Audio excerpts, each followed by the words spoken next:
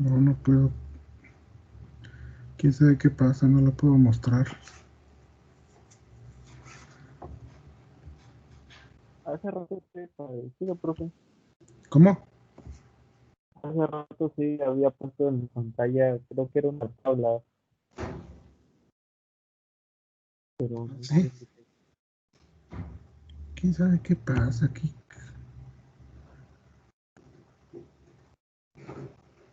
No me explico.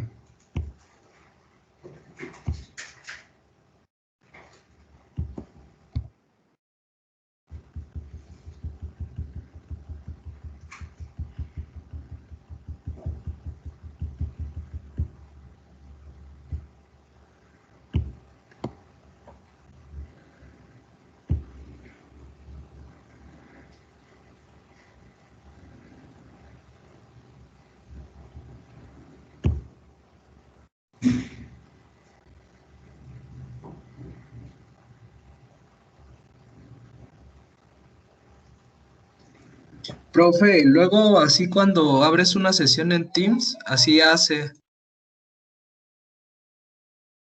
Ah, sí. Sí, tal vez si se desconecta y se vuelve a conectar, tal vez le deje abrir la pantalla. Abandono la sesión.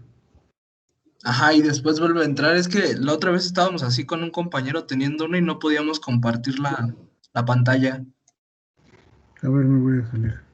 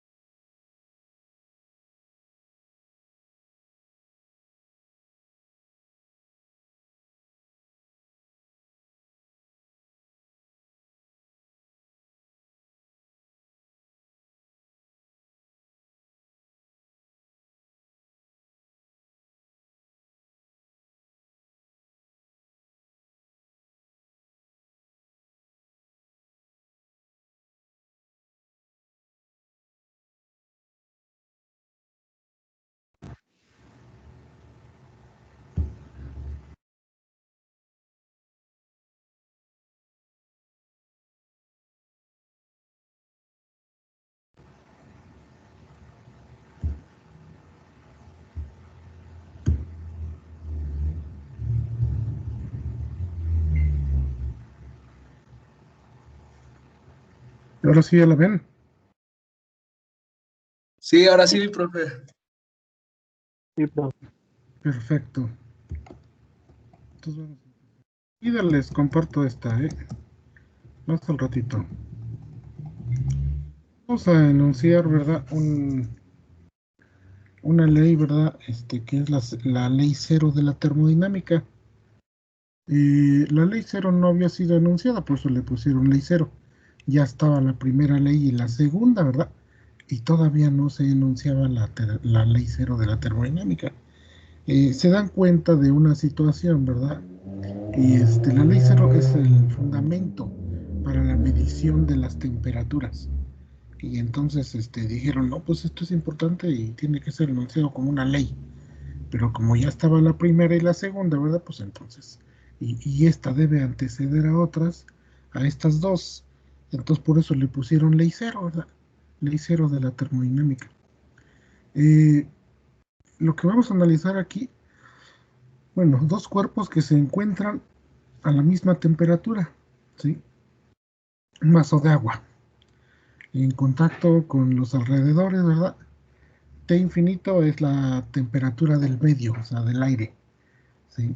Entonces, si la temperatura del agua es la misma que la temperatura del medio, se dice que el agua está en equilibrio térmico, ¿verdad? Con el medio ambiente, ¿sí?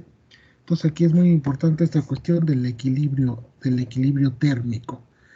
Posteriormente dice, la ley cero establece que si dos cuerpos están en equilibrio térmico con un tercero, están en equilibrio térmico entre sí, los tres, ¿verdad? Y esta ley cero es la base para la validez de la medición de temperaturas. Veamos cómo funciona esta ley cero, ¿sí?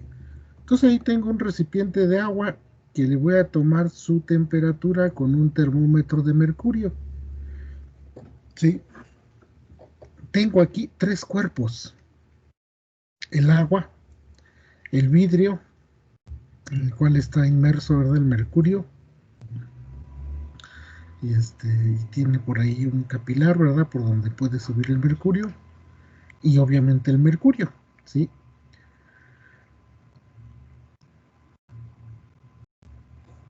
Ponemos el termómetro, ¿verdad?, dentro del recipiente de agua, y entonces, ¿verdad?, el agua a la temperatura a la cual se encuentre, pues puede ser un poquito más alta, ¿no?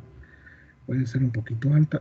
Entonces lo que va a pasar es que el agua le transfiere calor al vidrio y el vidrio empieza a transferirle calor al mercurio. El mercurio se empieza a dilatar, ¿sí? Y va a marcar en una escala la temperatura que corresponda, ¿sí? ¿Cuándo me va a marcar esa? Pues cuando estén en equilibrio térmico, ¿verdad? Eh, Estos termómetros son muy usuales en los laboratorios y antes se utilizaban mucho, ¿verdad? Ahora ya no tanto. El mercurio pues es perjudicial, entonces mejor hay que, antes el mercurio, olvídense, se manejaba así como,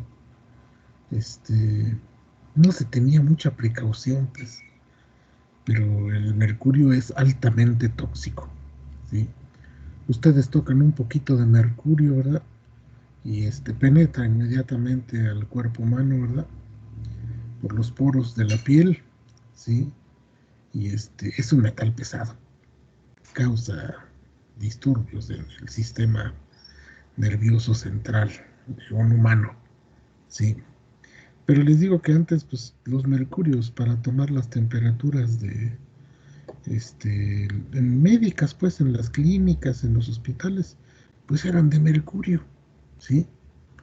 Y pues obviamente si se rompía, ¿no?, pues a tirarlo, ¿verdad?, a la basura y ahí va un montón de mercurio.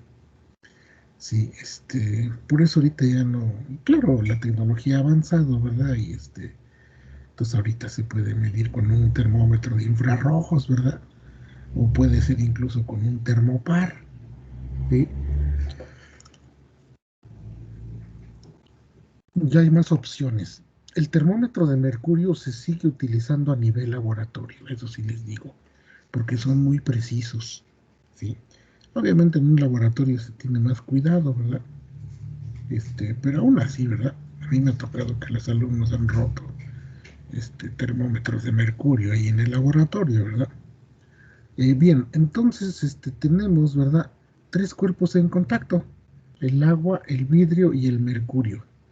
Entonces les decía yo, sumergimos el mercurio, ¿verdad?, en el agua, y entonces la línea del mercurio que se está dilatando se empieza a subir.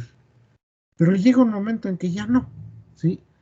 Ese momento es cuando tenemos que hacer la lectura del termómetro, ¿verdad? Y es cuando están en equilibrio estos tres cuerpos. Cuando yo observo que la línea ya no se mueve, ¿verdad?, que el mercurio ya no se está dilatando, entonces quiere decir que esos cuerpos los tenemos en equilibrio térmico, lo cual significa que la temperatura del agua es igual a la temperatura del vidrio y la temperatura del vidrio es igual a la temperatura del mercurio. Y la dilatación del mercurio me va a marcar la temperatura del agua. Esto en matemáticas se le llama transitividad, ¿verdad? La temperatura del agua va a ser la temperatura que tenga el mercurio y que me esté marcando la dilatación en una escala, ¿sí? Y la dilatación, aquí está, ¿verdad? La dilatación del mercurio marca en una escala la temperatura del agua. Esta es la base, ¿verdad? De la medición de temperatura. Y este es lo que se denomina ley cero. Lo Oiga, esencial aquí, ¿verdad? Sí, ¿y el vidrio es bueno, es un vidrio especial o solo lo hicieron así como por comodidad? ¿O por qué no podría ser de otro material? O si hay de otros materiales así que contengan el mercurio. bueno, tiene que ser de vidrio porque tenemos que ver, ¿verdad? Tenemos que ver cómo va subiendo el mercurio, cómo se va dilatando. Sí, tiene que ser de vidrio para que lo veamos, para que podamos ver. Entonces el mercurio se almacena en la parte de abajo. Esos termómetros en la parte de abajo tienen como un bulbo, ¿verdad? Sí, y enseguida del bulbo está el capilar. Y ya por ahí se desplaza el mercurio, ¿verdad? Sí, pero sí, pues más que nada es por eso, ¿verdad? Sí, porque si queremos ponerle otro material, el cual este, no podamos ver, ¿verdad? Tú te refieres a que si se rompen, tal vez, ¿verdad? Yo me refería a si no influía en la temperatura o si producía algún cambio como de propiedades o no. Bueno, no sé, algo parecido, pero me imagino que no tiene nada que ver que sea de vidrio. Sí, Como que no, no. más que la apariencia transparente, como que me imaginaba que la composición del vidrio tenía algo que ver y que le daba ventaja para el termómetro. Bueno, sí, sí hay algo de eso, ¿eh? Porque los metales pueden reaccionar con el mercurio y el vidrio pues es inerte, ¿verdad? Con el mercurio es inerte, no pasa nada, pues. En cambio, si le pusiéramos un metal, ¿verdad? Puede haber algún tipo de reacción.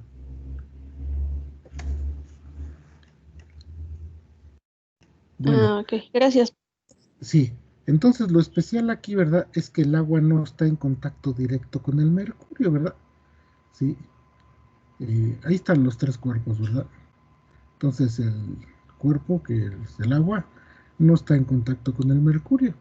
Sin embargo, ¿verdad? La estación del mercurio dentro del capilar me va a marcar, ¿verdad?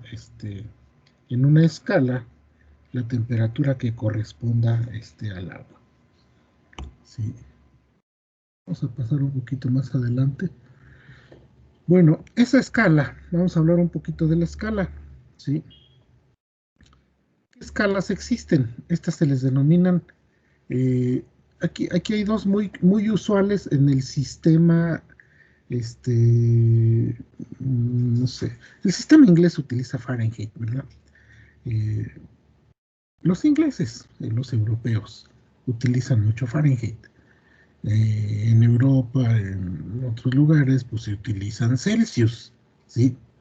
Celsius propone una escala. Es raro, pero la escala de Celsius, ¿verdad?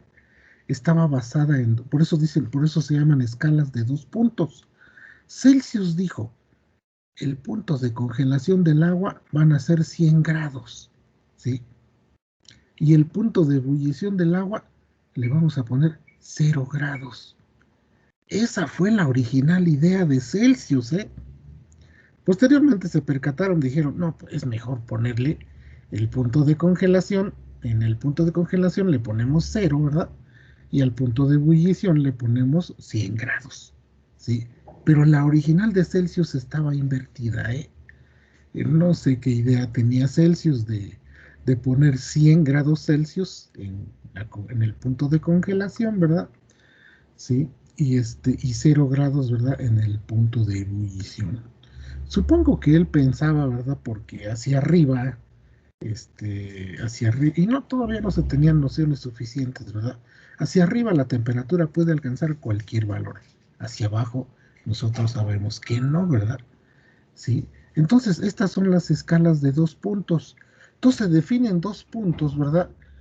Por ejemplo, en el caso de la Celsius, él dice, ¿verdad? Y bueno, entre 0 y 100, ¿verdad? Bueno, pues vamos a hacer una división, ¿verdad? Para la escala. Y entre esos dos puntos hay 100. Por eso se les llama escala centígrada, ¿sí? La escala Fahrenheit no es una escala centígrada, ¿sí? Entre 32 Fahrenheit, que es el punto de congelación del agua, y 212, que es el punto de ebullición del agua, hay una división de 180. Entonces Fahrenheit no es una escala, digamos, ¿verdad?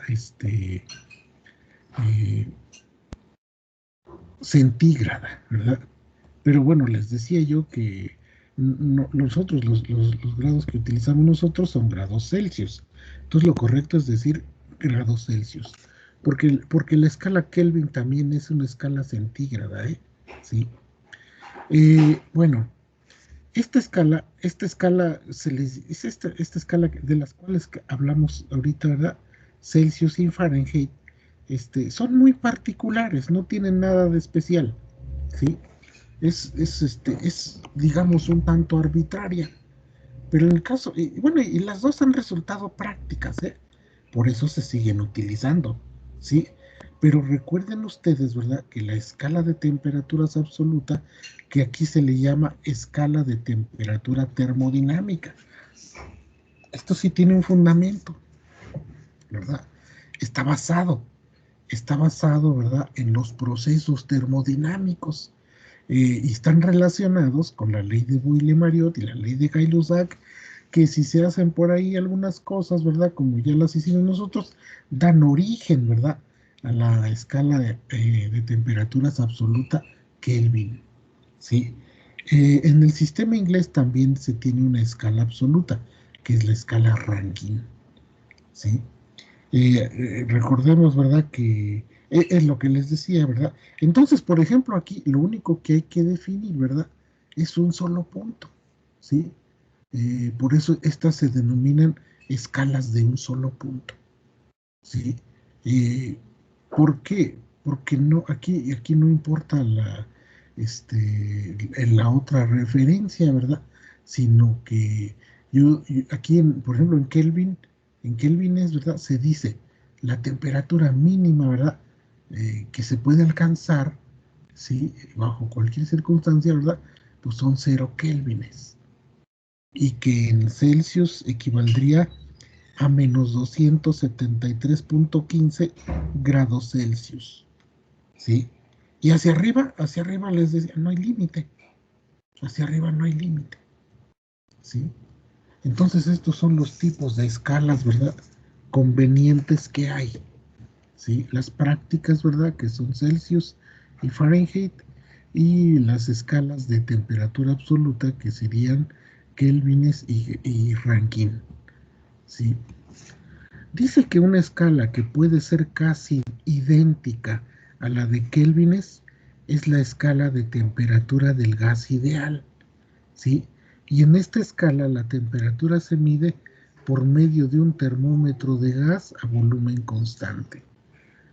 Este termómetro funciona bajo el principio de que a bajas presiones la temperatura de un gas es proporcional a su presión a volumen constante.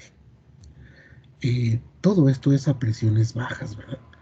A presiones bajas la temperatura de un gas de volumen fijo varía de forma lineal con la siguiente, varía con la presión, de acuerdo a la siguiente fórmula, ¿verdad?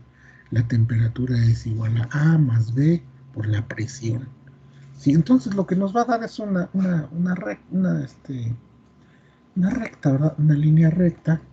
Los valores de A y B corresponden, son especiales para cada termómetro y para cada condición, o sea, para cada gas. Podemos hacer un termómetro que adentro tenga, en sí el termómetro, ¿verdad? Ahí tiene encerrado un gas, ¿sí? Hagan de cuenta que es como los de mercurio, ¿verdad? Pero tiene otro bulbo donde está encerrado el gas. Y el que se pone en contacto con la sustancia que queremos medir es el gas, ¿sí? Entonces el gas al sufrir un proceso de expansión, ¿verdad? Digamos que la sustancia está caliente, entonces el gas se expande y al expandirse empuja al mercurio y el mercurio va a marcar en una escala el valor de la temperatura. Esos todavía son más precisos que los de mercurio solito, ¿verdad? Porque están basados en en el en, en la temperatura de un gas ideal. Acuérdense que un gas ideal, ¿verdad? Cualquier gas se comporta como un gas ideal siempre y cuando se manejen presiones bajas, ¿sí? Y pues generalmente cuando estamos tomando, ¿verdad?, temperaturas de sustancia, ¿verdad?, pues es a la presión atmosférica. Y la presión atmosférica, ¿verdad?, pues la más elevada es a nivel del mar, en términos promedios 100 kilopascales, de manera exacta 101.325 pascales, ¿verdad? Y esa se considera una presión baja todavía, ¿sí? Entonces, estos termómetros también se usan a nivel laboratorio. Debido a la precisión que tienen estos termómetros, ¿verdad? Lo usual es que estos sirven para calibrar otros, ¿sí? La industria, ¿verdad? Hay un centro, aquí nosotros en México tenemos un centro de metrología, ¿verdad? En los centros de metrología lo que hacen es tener instrumentos muy precisos, ¿verdad? Y la industria cuando está haciendo cosas, ¿verdad? La industria, por ejemplo, puede estar haciendo piezas de un tipo, ¿verdad? ¿Sí? Y hay un departamento de control de calidad. Sí, entonces están haciendo piezas, pueden ser engranes, lo que sea, ¿verdad? Y los están checando, ¿verdad? Ya hicieron un engrane, entonces van a checar sus medidas. Pero con lo que ellos están midiendo, ¿verdad? Los verniers y todo, los tienen que calibrar en un centro de metrología para que lo que estén ofreciendo, ¿verdad?, pues sea válido de acuerdo a normas internacionales. Entonces la industria lleva así sus aparatos, ¿verdad? Van un día y ya les calibran sus instrumentos, ¿verdad? Sí, o si están dañados o algo, si están, pues les dan un aviso, ¿verdad? Eh, Igual, ¿verdad? La industria que maneja gas y todo eso, ¿verdad? Eso se llama metrología de flujo, ¿sí? Hay de todos tipos de metrología, ¿verdad? Para mediciones, metrología dimensional, para mediciones de gas, metrología de flujo, ¿sí? Hay metrología de mediciones eléctricas, ¿verdad? Hay metrología de, este,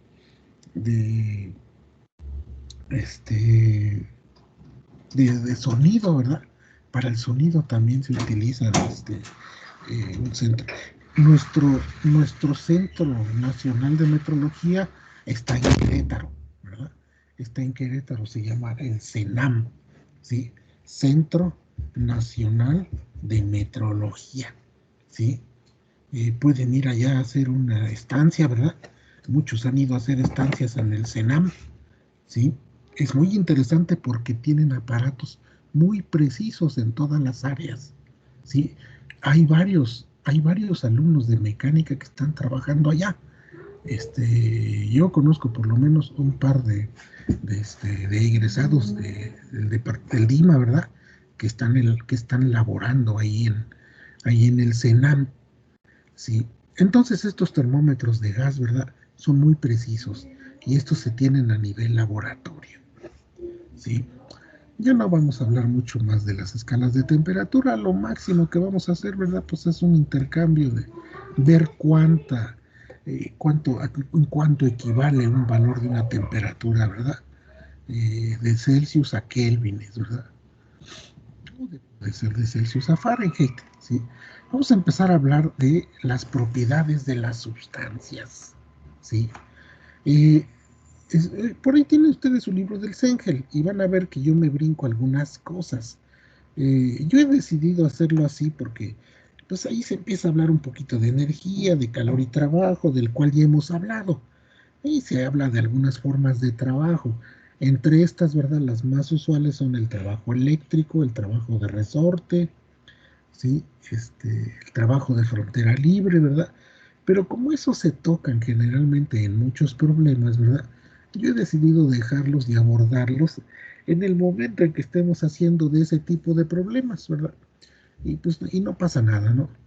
Esta cuestión sí es importante, ¿no? El análisis de la sustancia pura. Entonces, la sustancia pura, ¿verdad?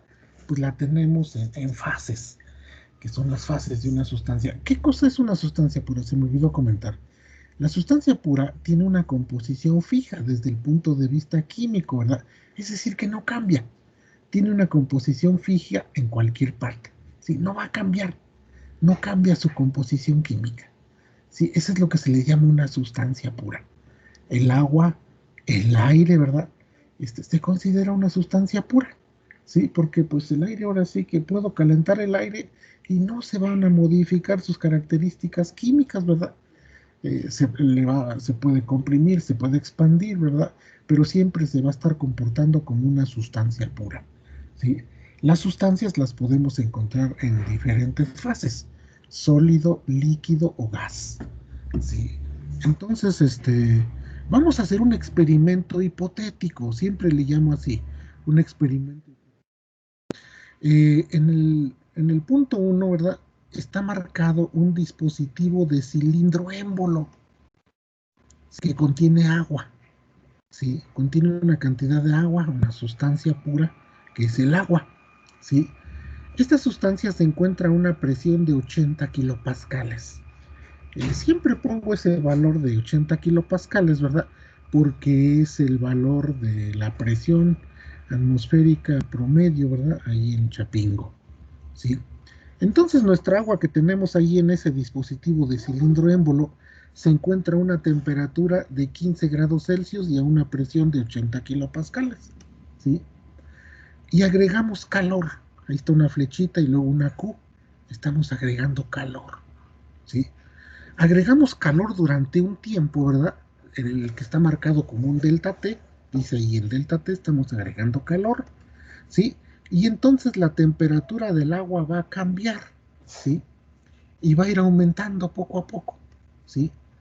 Y, y voy a marcar un punto importante, o sea, el punto 2, hasta que lleguemos a 93.3, ¿sí? A esa presión, ¿verdad? La temperatura de saturación, o sea, el agua hierve a 93.3 si tenemos 80 kilopascales, ¿sí? Y si se dan cuenta en la figura 2, ahí está una bolita, una ruedita, ¿verdad? ¿Por qué? Porque se dice que ahí aparece la primera burbuja.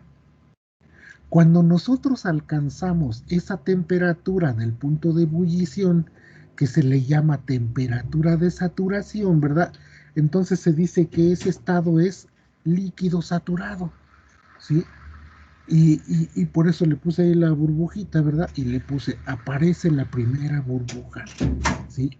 También se le denomina el punto, así se le llama el punto burbuja, ¿sí? Vamos a regresar un poquito al punto 1, ¿sí?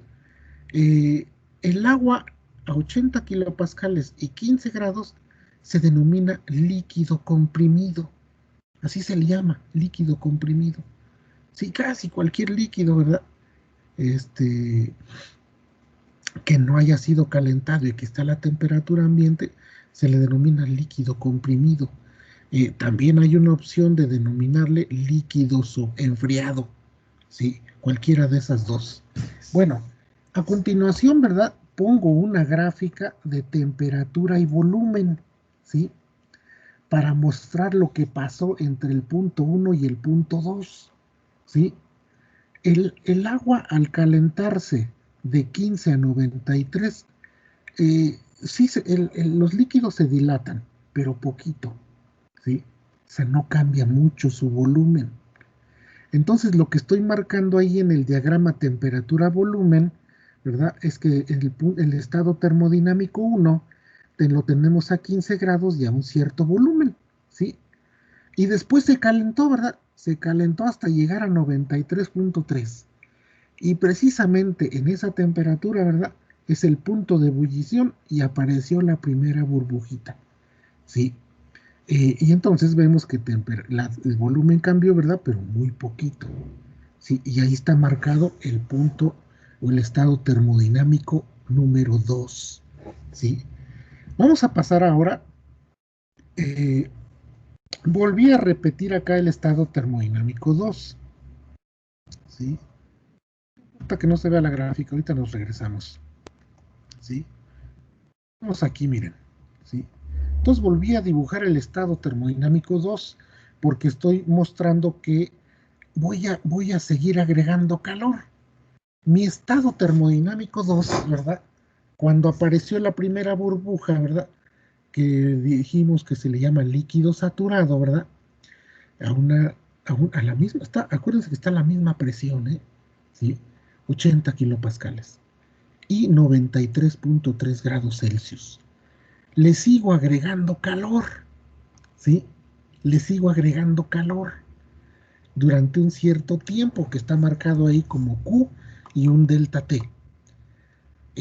Obviamente, ¿verdad? Después de que alcanzamos el punto de ebullición, ¿verdad? Ahora ya todo se va a empezar a convertir en vapor, que es lo que tenemos como un cambio de fase, ¿sí? Entonces, obviamente, la cantidad de líquido va a disminuir y ahora tengo vapor, ¿sí?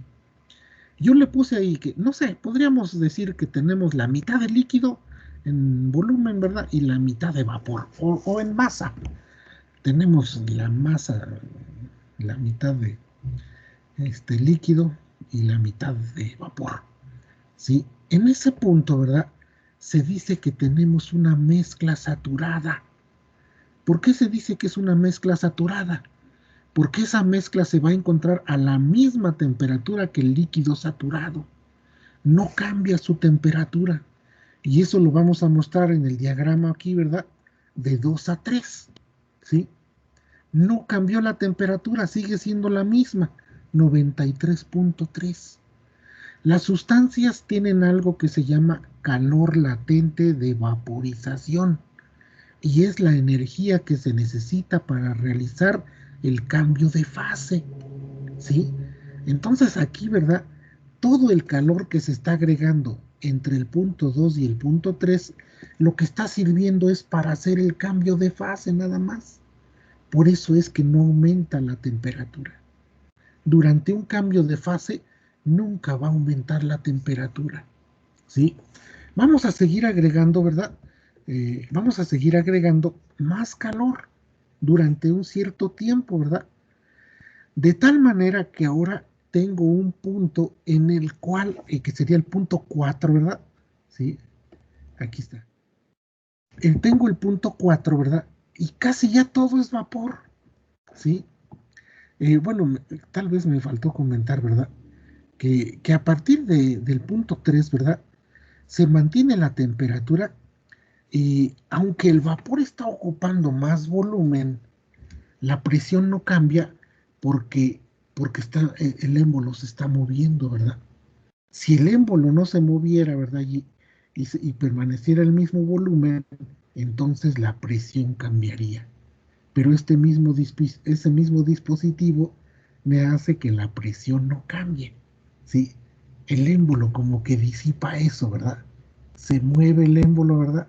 Y la presión se mantiene, ¿sí? Bien, entonces entre 3 y 4 seguimos agregando calor, de tal manera que ahora ya casi todo es vapor, ya casi todo es vapor.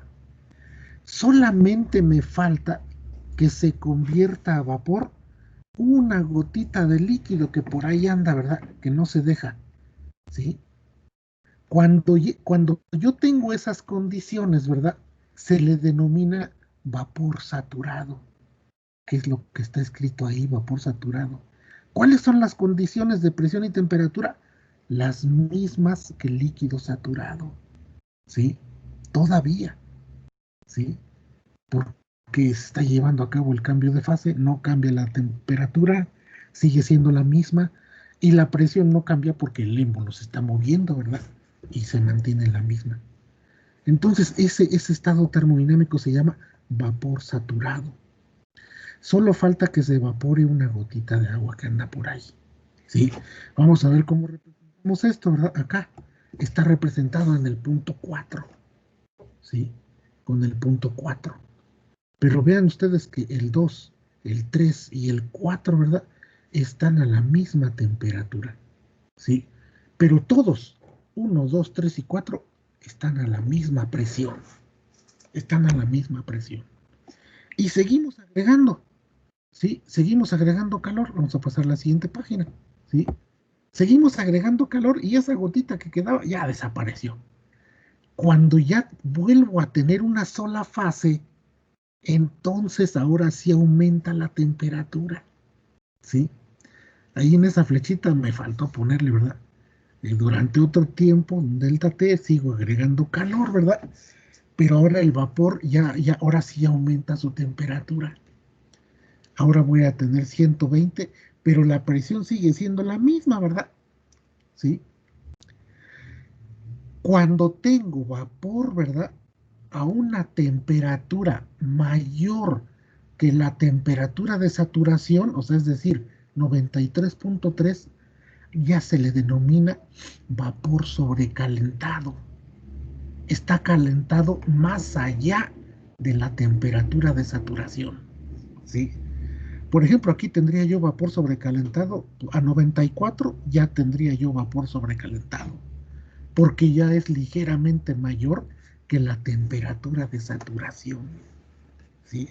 Y me voy a regresar a la gráfica que está en pequeñito aquí, ¿verdad? Y estamos mostrando esos 5 puntos. 1, 2, 3, 4 y 5. ¿Sí? En un diagrama temperatura-volumen. ¿Y dónde está la presión? Pues la presión es esa línea, ¿verdad? Así con una pendiente y luego recta, ¿verdad? Con respecto a la temperatura y luego una pendiente distinta, ¿verdad? A la que tenemos de 1 a 2. La pendiente de 1 a 2 es diferente a la de 4 y 5, porque acá como ya es vapor y si le sigo agregando, ¿verdad? Ahí sí ya va a aumentar más la temperatura, porque el gas se expande mucho más.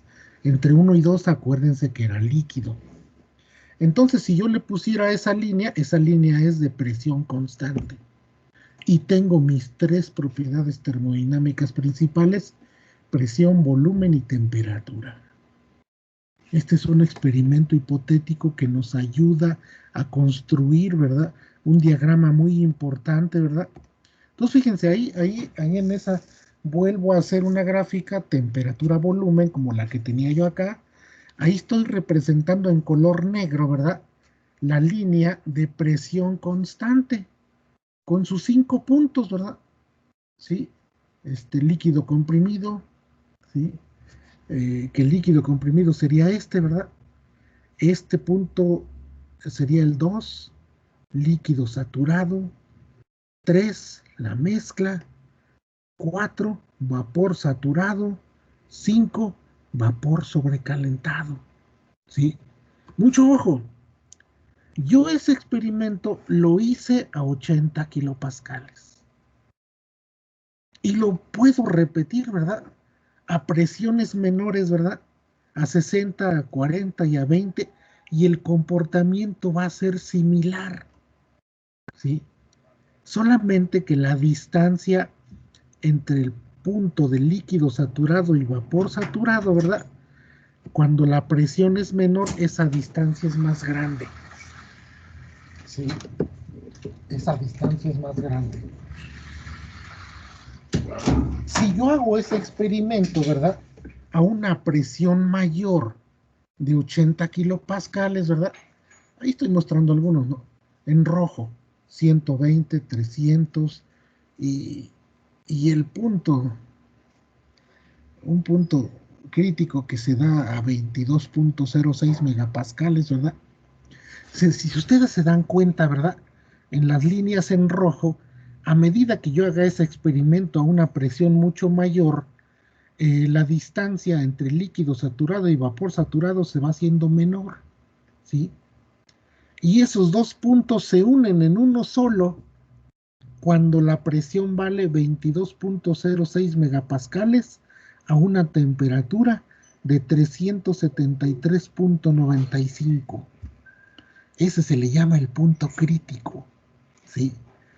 A esa presión ya no hay diferencia, ¿verdad? Entre líquido saturado y vapor saturado, ¿sí? Es decir, si yo tuviera agua a 22.06 megapascales, agua, mucho ojo, agua, y a 373.95, ¿sí? Cualquier movimiento que yo le haga o la mínima cantidad de calor, todo se convierte en vapor. O al revés, si tengo vapor a 22.06 megapascales y 373.95 y le acerco algo frío, ¿verdad? ¡Pum! Todo condensa y todo se convierte en líquido saturado, ¿sí? Por eso está como un solo punto y eso se le llama el punto crítico, ¿sí? Voy a recordar unos conceptos que hemos estado ahorita mencionando, ¿verdad? Líquido comprimido, líquido saturado, vapor saturado, vapor sobrecalentado, mezcla saturada, ¿sí? El líquido comprimido, ¿verdad? Es cualquier estado termodinámico, ¿sí? Que se encuentre, ¿verdad? Por debajo de la temperatura de saturación, ¿sí? Vean, aquí estoy, no sé si se vea mi cursor, estoy mostrando en la línea en negro, ¿verdad? La temperatura de saturación a 80 kilopascales. Cualquier puntito por acá, ¿verdad? ¿Sí? Va a ser líquido comprimido, ¿sí? Ahora, a otra presión, a 20 kilopascales. A 20 kilopascales, pues también tengo mi punto de líquido saturado, ¿sí? Pero como la presión es menor, ¿verdad? Entonces la temperatura de ebullición también va a ser menor. ¿Cuánto? Pues necesito checarlo en las tablas termodinámicas, ¿verdad? ¿Sí? Vapor saturado. Bueno, tengo, ¿verdad? Mi vapor saturado a una misma presión, pues en el otro extremo del líquido saturado, ¿sí? Vapor sobrecalentado. Si ese vapor lo caliento más allá, en el caso de 80 kilopascales, más allá de 93.3, entonces ya sé que es vapor sobrecalentado, ¿sí? Y mientras esté agregando calor y se mantenga la temperatura y la presión, quiere decir que estoy en el cambio de fase. Toda esta línea, ¿verdad? ¿Sí? Que son líneas paralelas a la escala del volumen, ¿verdad? ¿Sí? Todo esto se le denomina zona de mezcla y se le llama saturada, ¿verdad? Porque están a la misma temperatura, la mezcla saturada, ¿sí? Vamos a hacer algunos comentarios aquí, ¿verdad? Respecto a la temperatura de saturación, ¿sí? Es erróneo decir que el agua hierve a 100 grados. Está mal, ¿verdad? Hay que especificar que el agua hierve a 100 grados a qué presión, ¿verdad? Por ejemplo, esas son las condiciones estándar a nivel del mar. A nivel del mar que tenemos una atmósfera de presión que equivale a 101.325 pascales, ¿verdad? El agua hierve a 100 grados. Es decir, a una atmósfera de presión, la temperatura de saturación del agua es de 100 grados, 100 grados Celsius, ¿sí? Vamos a suponer que tengamos presión más elevada, ¿sí? 500 kilopascales.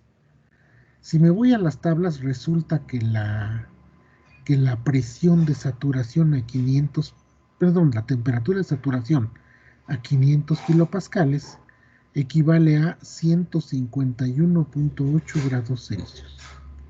Es decir, a esa presión el agua va a hervir a 151.8 grados Celsius, ¿sí? Y ahí está escrito con palabras, ¿verdad? Dice, es decir, la temperatura a la cual empieza a hervir el agua, pues depende de la presión.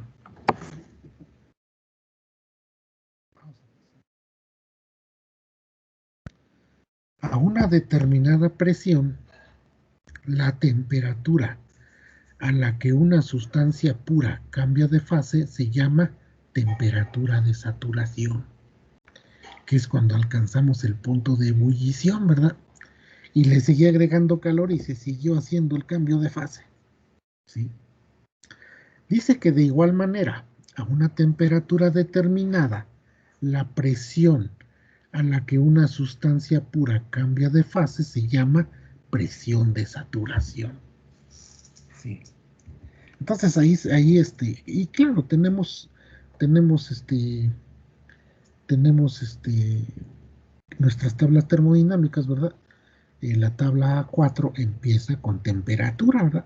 Y encontramos las temperaturas de saturación. Pero puede ser al revés. Puede ser al revés, que lo que yo quiera sea la presión de saturación. Entonces la tabla A5 en las tablas termodinámicas empiezan con la presión de saturación. ¿Sí? Dice, para fundir un sólido, esto es lo que les había yo comentado del calor latente, ¿verdad? Para fundir un sólido o vaporizar un líquido, se requiere una gran cantidad de energía. La cantidad de calor absorbida o liberada durante el proceso de cambio de fase se llama calor latente. ¿Sí? Si vamos a fundir un sólido, ¿verdad? Pues si vamos a fundir un hielo, ¿verdad? Entonces va a ser calor latente de fusión. Por el contrario, si vamos a vaporizar un líquido, pues se denomina calor latente de vaporización. ¿Sí? Vamos a pasar a un tema, está dentro de lo mismo, ¿verdad? Nada más que todos esos comentarios siento que ayudan a comprender algunas cosas. Este es un diagrama de propiedades para procesos de cambio de fase. O sea, este experimento que yo les dije, ¿verdad? Me voy a regresar a esta grafiquita. Este experimento que yo hice a presiones por debajo de la que yo elegí de 80 kilopascales y por encima, ¿verdad? O sea, y bueno, ya hice toda una gama, ¿sí? Y el comportamiento más o menos va de la siguiente manera. Ahora, para tener un diagrama de cambio de fase de una sustancia, lo que yo hago es unir con una línea todos los puntos que corresponden, ¿verdad?, al líquido saturado, ¿sí? Que estos están a la izquierda, o sea, están más cerca, ¿verdad?, de la temperatura. Y en el otro extremo estarían los de vapor saturado. Entonces, si yo uno todos esos puntos, ¿verdad?, ¿sí?, voy a crear una línea que se denomina línea de líquido saturado. Y del punto crítico, ¿verdad?, uno todos los puntos que están como vapor saturado. Y eso me va a dar origen a una línea de vapor saturado. ¿Sí? Uy, ahora sí ya hice eso, ¿no? Y ahí está, miren. Esa línea, esas líneas ya me definen regiones. ¿Sí? Le llaman el domo o la montaña. ¿Sí? Con este domo van a soñar dentro de poco. Porque lo vamos a ver mucho, ¿verdad? Y sirve mucho para ilustrar los procesos. El domo de una sustancia, o la montañita, ¿verdad? Sí. Me gusta más la montaña. Sí. En una ocasión mandé a hacer unas playeras, ¿verdad?, donde tenían un domo, ¿verdad?, muy bonitas. Y se las regalé a todos los que llegaron al global. Sí. Pero pues casi me quedé pobre porque todos se fueron al global. Bueno, también me gusta llamarle la montaña, ¿verdad?, porque me recuerda a un bar que había allá en la avenida Politécnico, ¿verdad? Y cuando crucé la maestría allá en el Politécnico, ¿verdad?, pues ya los viernes, terminando las jornadas de clases, ¿verdad?, pues todos los alumnos de posgrados iban al bar La Montaña. Dicen que ese bar era de un profesor de termodinámica, ¿verdad? Y por eso le había puesto bar la montaña, ¿verdad? ¿Quién sabe? Yo no supe. No supe eso. Bien. Entonces, ¿verdad? Esto que está aquí, ¿verdad? Es esencial. ¿Sí? Esto es un diagrama, ¿sí? Para procesos, diagramas de propiedades para procesos de cambio de fase. En un diagrama temperatura-volumen, ¿sí? Entonces ahí está la montañita. Y estoy marcando con negro, ¿verdad? En un diagrama TV, las líneas de presión van así, ¿verdad? Como la línea negra. Y ahí está marcado, presión constante. Pero les digo, es importante poner esa montañita porque ahora ya me define zonas o regiones, ¿verdad? La línea, ahí está marcada la línea del líquido saturado, que va del punto crítico, ¿verdad? Hacia el, pues es del lado izquierdo, está la línea del líquido saturado, ¿verdad? Y del lado derecho está la línea de vapor saturado. Quiere decir que dentro de esa línea, cualquier punto que yo escoja, ¿verdad? Es vapor saturado, ¿sí? Y si me voy a la línea de temperatura, pues le va a corresponder una temperatura. O contrario, si yo sé la presión, le corresponde una temperatura de saturación. Y si yo sé la temperatura, voy a encontrar una presión de saturación, ¿sí? Entonces marcamos las zonas, ¿sí? Cualquier punto que esté, ¿verdad? Por afuera de la línea del líquido saturado, ¿sí? Se llama líquido comprimido. Cualquier punto que esté más allá de la línea de vapor saturado, ¿sí? Vamos a tener vapor sobrecalentado, ¿sí? Cualquier punto o cualquier estado termodinámico que se encuentre adentro de la montaña, ¿verdad? Se denomina una zona de mezcla, ¿sí? Una zona de mezcla, ¿sí? Se considera que cuando yo tengo líquido comprimido, perdón, líquido saturado, ¿verdad? Cuando yo tengo líquido saturado, ¿verdad? El punto que está a la izquierda, ¿verdad? Ahí todavía no hay vapor, ¿verdad? Una mínima cantidad de vapor, ¿sí? Y en el extremo, en la línea de vapor saturado, ¿verdad? El punto negro marcado ahí a la línea de presión constante, pues voy a tener todo vapor. Pero a medida que yo avance, ¿verdad? De un punto hacia otro, va a cambiar la proporción de la mezcla, ¿verdad? ¿Sí? Puede ser que en un punto tenga yo la misma cantidad, ¿verdad? De líquido que la misma cantidad de vapor. ¿Sí? Si me muevo hacia la derecha, pues voy a tener más vapor que líquido.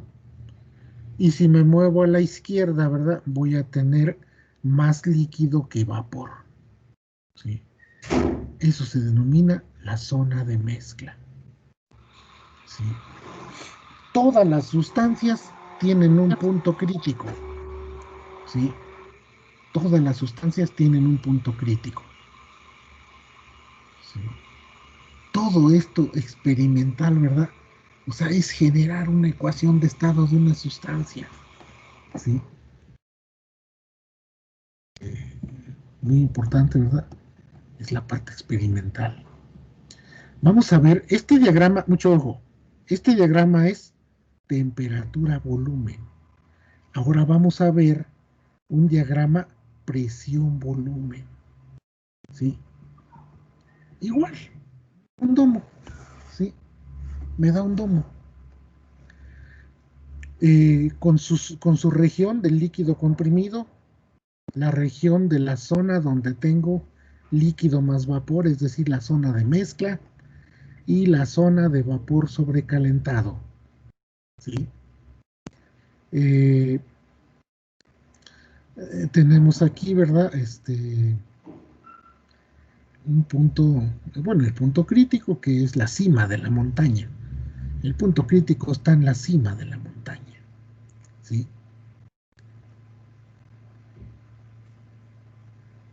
Pues resulta que en un diagrama PV, como ya tengo presión y volumen, ¿qué pasa con la temperatura, verdad? Las líneas de temperatura constante, ¿verdad? Así están marcadas con esa línea en rojo, ¿verdad? ¿Sí? Bajan así con una pendiente, ¿sí? Y luego son rectas en un tramito, y después de que son vapor sobrecalentado, tiene esa pendiente, tiene esa forma. Entonces, así son las isotermas en un diagrama PV, para un diagrama con cambios de fases, ¿verdad? Para el diagrama de propiedades de una sustancia, ¿sí? Mucho ojo, vean ustedes, en TV, en un diagrama temperatura-volumen, ¿sí? Me voy a regresar, en un diagrama temperatura-volumen, las líneas de presión constante son como está la línea en negro, ¿sí? Y en un diagrama PV, ¿verdad? O sea, presión-volumen, dibujadas con respecto al domo, ¿verdad? O a la montaña. Las líneas de temperatura constante o las isotermas bajan así como esa línea roja, ¿sí? Eso es muy importante porque se van a utilizar indistintamente uno y otro. Si ustedes entienden bien estos diagramas, ¿verdad? Porque cuando se hace un problema termodinámico, ¿verdad? Si yo logro esos estados termodinámicos en un diagrama TV o en un diagrama PV, ¿verdad? Pues ya la hice, ¿sí? O sea, el problema casi está resuelto en más de la mitad. Si ustedes esos estados termodinámicos del problema los interpretan, ¿verdad? Y los ponen en un diagrama PV o en un diagrama TV, ¿sí? Vamos a ahora, ¿cuál es la composición de las tablas? De las tablas termodinámicas, ¿sí? Pues canielas de mis Engel, miren, como el libro está gordito y no se puede doblar, pues ahí sale manchado, ¿no? ¿Sí? Pero que no iba a lograr ver el de puedo poner el Sengel, ¿verdad? Que ustedes me pasaron. Si lo puedo abrir y luego, pero no quiero ahorita hacer ruido porque ya ven que hace rato me costó mucho trabajo estar mostrando la presentación. Sí, pero creo que sí se puede porque yo hace rato lo hice. Antes de la clase lo hice. Y resulta que cuando ya iba a empezar la clase no me podía mostrar pero miren, así están las tablas de termodinámicas para el agua. Aquí vamos a encontrar, ¿verdad? En el Sengel, al final en un apéndice, ¿verdad? Vamos a encontrar tablas termodinámicas para el agua, para el aire, para el refrigerante, para el R134A. Son las más completas y son las más usuales, ¿sí? Son las más usuales. Esas tres, ¿verdad? Agua, aire y el refrigerante R134A, ¿sí? Ahora, fíjense, como tenemos un montón de zonas, ¿verdad? Pues vamos a ver cómo vamos a encontrar esos estados termodinámicos, ¿sí? Fíjense, ahora, aquí la tabla A4 es la primera. La tabla A4 entramos con temperatura, ¿sí? Vamos a ver una, dice, a ver, ¿cuál pudiéramos analizar? 100 grados, ¿no? 100 grados. La presión de saturación, ¿verdad? Aquí está. 101.42. Sí. Les comento, Miss Angel es octava edición. Parece que ya después de la séptima edición en adelante, ya no cambian mucho, pero Sengel estuvo haciendo revisiones y hay uno que sí cambiaban mucho y supuestamente hicieron cambios importantes, ¿verdad? Pero ya es en la tercera cifra, ¿eh? No, en la primera cifra nunca, ¿verdad? Es en el tercer, decimal, ¿verdad? Están los decimales. Por ahí había cambios, ¿verdad? Pero pues no afectaban mucho, ¿no? No sé si fue entre la sexta o la quinta y la sexta, ¿verdad?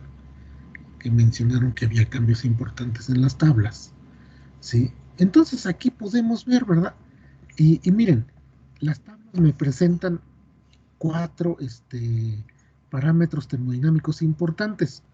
El volumen específico, la energía interna, vamos a comentar las unidades. El volumen específico, que son metros cúbicos por kilogramo. La energía interna, que son kilojoules por kilogramo. Y la entalpía, que son kilojoules por kilogramo. Todavía no hemos comentado acerca de la entalpía, ¿verdad? La entalpía es una propiedad compuesta. Todavía tenemos que comentar. Y la entropía son kilojoule por kilogramo Kelvin. Entonces, las unidades de la energía interna y la entalpía son energía, ¿verdad?, por unidad de masa. Pero las de entropía ya cambian, ¿eh? Es kilojoule por kilogramo Kelvin. ¿Sí? Vean que para cada estado termodinámico, en el caso del volumen específico, tenemos aquí el volumen como líquido saturado y el volumen específico como vapor saturado, ¿sí? Es decir, vamos a escoger un valor, ¿sí?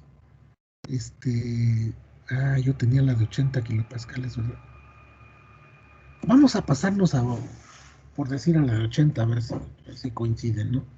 Me voy a pasar a la tabla A5, ¿sí? Veamos. Lo dibujé por ahí. Entonces, en la tabla A5 empieza con presión y lo que me da es la temperatura de saturación. No existe la de 80, miren. Aquí está. Entre 75 y 100, pues está la de 80. 80 kilopascales. Y su temperatura de saturación corresponde, ¿verdad? No la marca, ¿no? Y a una presión de una atmósfera que son 101.325, la temperatura de saturación son 99.97, ¿verdad? O sea, los 100 grados.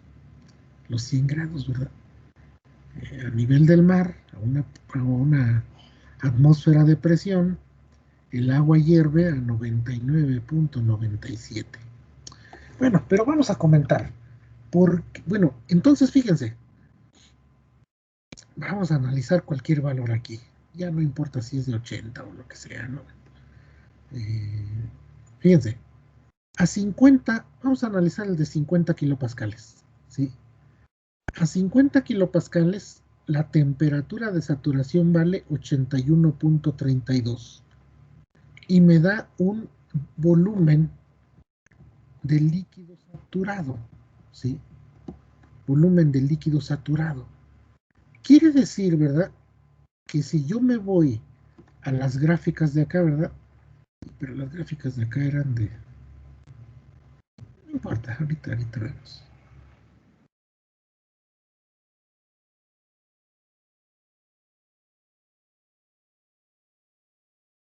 Además acá.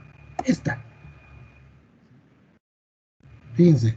Entonces, ¿verdad? Los volúmenes del líquido saturado, lo que me va a dar es este valor aquí, en la línea del líquido saturado, ¿sí?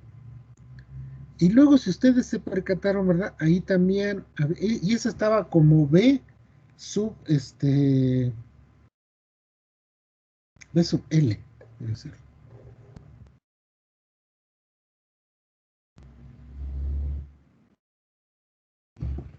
B sub F. La F es de fluid, ¿sí? Que es como líquido saturado. Y del otro lado me va a dar la de vapor saturado, que está dada como V sub G. Y la G se refiere a gas, ¿verdad? O sea, como vapor saturado. Entonces, ¿verdad? Siempre me van a dar estas dos, la del líquido saturado y la de vapor saturado. Y si ustedes se dan cuenta, todas me van a dar esa. La energía interna me da la del líquido saturado, U sub F, de fluid. Y luego la de vapor saturado, U sub G. Pero vean, aquí me está dando otra, ¿sí? Me está dando otra que dice UFG. ¿Qué cosa es esta UFG? No es más que restar U sub G menos U sub S. Por eso aquí dice evap. O sea que esta energía es la que necesité para evaporar esa sustancia, ¿verdad? ¿Sí? Y que tenía una energía interna de U sub F de 21.09 para el caso de la temperatura de 5 grados, ¿verdad? Y llegó hasta 2381.8. Toda esta energía es la que le agregué. Toda esta energía es la que le agregué. ¿Sí? Entonces aquí ya tengo tres, ¿verdad? Para la energía interna. U sub F, U sub G, UFG. ¿Sí? Me voy a regresar a la gráfica.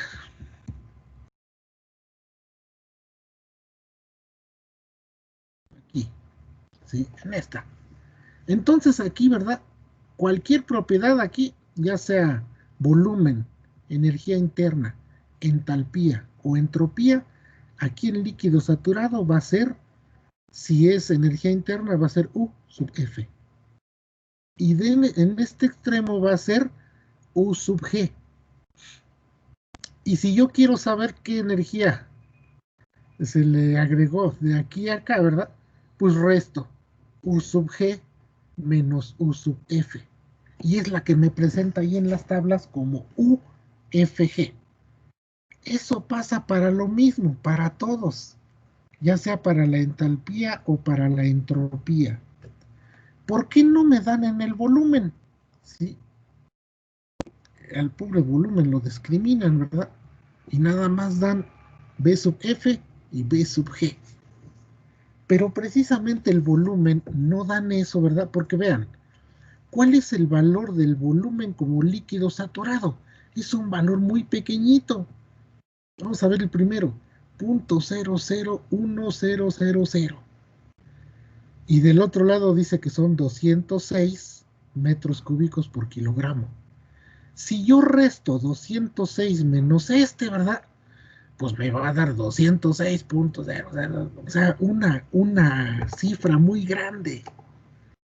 Entonces ese es el único motivo, ¿verdad? Por el cual el volumen específico lo están discriminando en esta tabla y no ponen V sub Fg, como aquí en la energía interna, como aquí en la entalpía y como aquí en la entropía.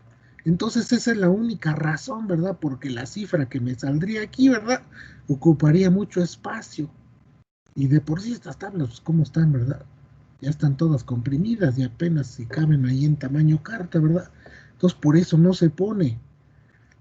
Si yo necesito ese valor, lo tengo que hacer con mi calculadora, ¿verdad? Pero en las tablas no lo presentan. No lo presentan en las tablas. ¿Sí? Muy bien. Vámonos ahora. Todas la tabla 4 que se entra con temperatura, ¿sí? Agua saturada, tabla de temperaturas, ahí lo dice, ¿verdad? Y la siguiente, que es tabla de presiones, ¿verdad? Todo me presenta la misma estructura, ¿sí? Si me dan una temperatura, me van a dar la presión de saturación y todas sus demás propiedades. Ojo, en las líneas de líquido saturado y en las líneas de vapor saturado. ¿Sí? Para la mezcla no me da nada. Para la mezcla tengo que hacer uso de unas fórmulas adicionales que las vamos a ver tal vez en la siguiente clase o dentro de 2 clases. Todavía no sé cómo vayamos a avanzar. ¿Sí? Entonces esa fue la tabla. Viene la tabla A6. ¿Sí? La tabla A6. Esta salió peor. Ahí está. Las tablas 6 son de vapor sobrecalentado. ¿Sí? Fíjense, la estructura de las de vapor sobrecalentado son muy diferentes. ¿Sí? A una presión, ¿verdad? Entonces estas están dadas para presión. ¿Sí? Por ejemplo, 80 kilopascales, ¿no? 80 serían punto 08. No, pues tampoco la tenemos, ¿verdad? Hay que interpolar, ¿sí? 0.08 kilopascales, perdón, megapascales serían 80 kilopascales, pero no los tenemos. Bueno, analizar cualquiera. Vean que aquí, por ejemplo, a 20 megapascales, vamos a tomar esta de 20 megapascales, ¿sí? Fíjense, esta de 20 megapascales, ¿sí? Esa presión, ¿sí? A 20 megapascales, este que está entre paréntesis, ¿verdad? Es la temperatura de saturación, ¿sí? 120.21 grados Celsius. Este que está entre paréntesis. Y vamos a checarlo en las de presión. 20 megapascales, ¿verdad? Vamos a ver, 20 por 1000. No. Punto 20 para convertir a kilopascales. Son 200 kilopascales, ¿verdad? 0.20 megapascales son 200 kilopascales. Entonces me regreso. Me voy a regresar a las depresiones. Aquí está. Híjole, pero creo que no está. Ahí está. Miren. A 200 kilopascales es lo mismo que 0.20 megapascales, ¿verdad? A 200 kilopascales, su temperatura de saturación vale 120.21. ¿Sí? ¿Sí? Ahora fíjense. Me voy a regresar a la gráfica. ¿Sí? Imagínense que esta de aquí, esta es la de 200 kilopascales. Entonces su temperatura de saturación, este valor que está aquí, vale 120.21. ¿Sí? Entonces, más allá de 120.21, ya es vapor sobrecalentado. ¿Sí? Entonces quiere decir, ¿verdad?, que todos esos valores que me da de las propiedades, ¿verdad?, son a esta presión de 200 kilopascales, pero mucho ojo, siempre tiene que ser las temperaturas a las cuales empiezan de 200 en vapor sobrecalentado tienen que ser mayores a 120.21, ¿verdad? Por eso es que, me voy a regresar ahora, ahí está. Pues analizando era la de 200 kilopascales, que es esta. Entonces, la primera, ¿verdad?, me da las propiedades de saturación. La primerita, saturación. Estas son de vapor saturado. Y la primera que me da aquí es de volumen. La segunda, energía interna. La tercera, entalpía. Y la cuarta, ¿verdad?, entropía. ¿Sí? Eso nada más viene hasta acá arriba, miren.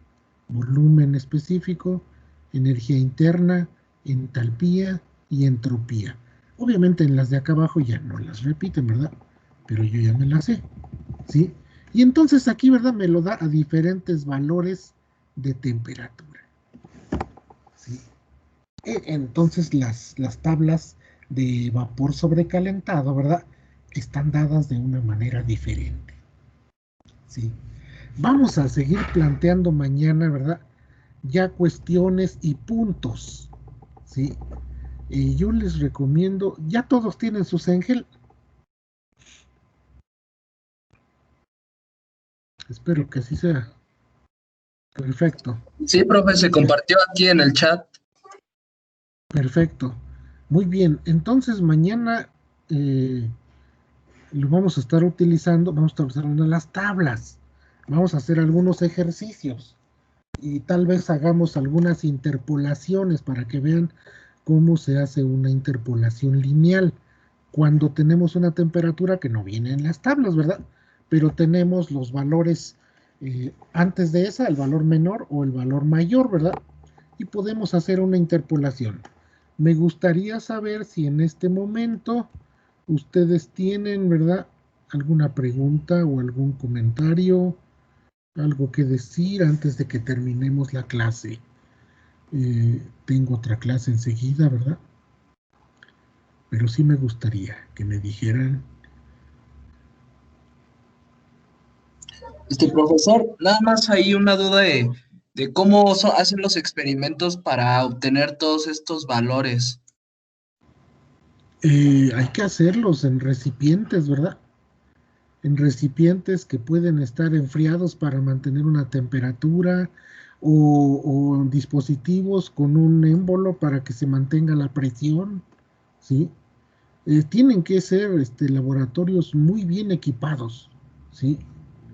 A nivel mundial hay pocos laboratorios equipados, ¿sí? Sí, pero sí necesitamos muchos dispositivos, pues, y sobre todo de que ya sea que sean enfriados o calentados, ¿verdad?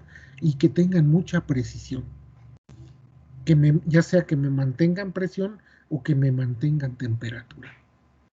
Y les diré, muchas veces no, o sea, lo que nos presentan en las tablas ya es algo que ha sido un poquito, ¿verdad? Con correlaciones.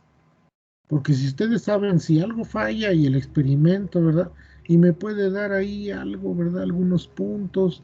Entonces yo voy a hacer una gráfica, voy a hacer una correlación y saco una ecuación, ¿verdad? O sea, tiene que entrar un poco de estadística con los datos que yo tenga. No significa que el primer experimento que yo haga ya es lo que está plasmado ahí, no. No, muchas veces hay mucho trabajo, ¿verdad? De estadística para ya plasmar, ¿verdad? Valores de las propiedades termodinámicas en tablas, ¿verdad? Ya validadas. Pero sí hay mucho trabajo de estadística y sacar correlaciones.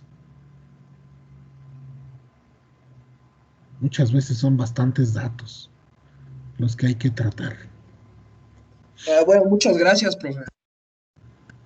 ¿Alguien más? ¿Algún comentario? ¿Alguna pregunta?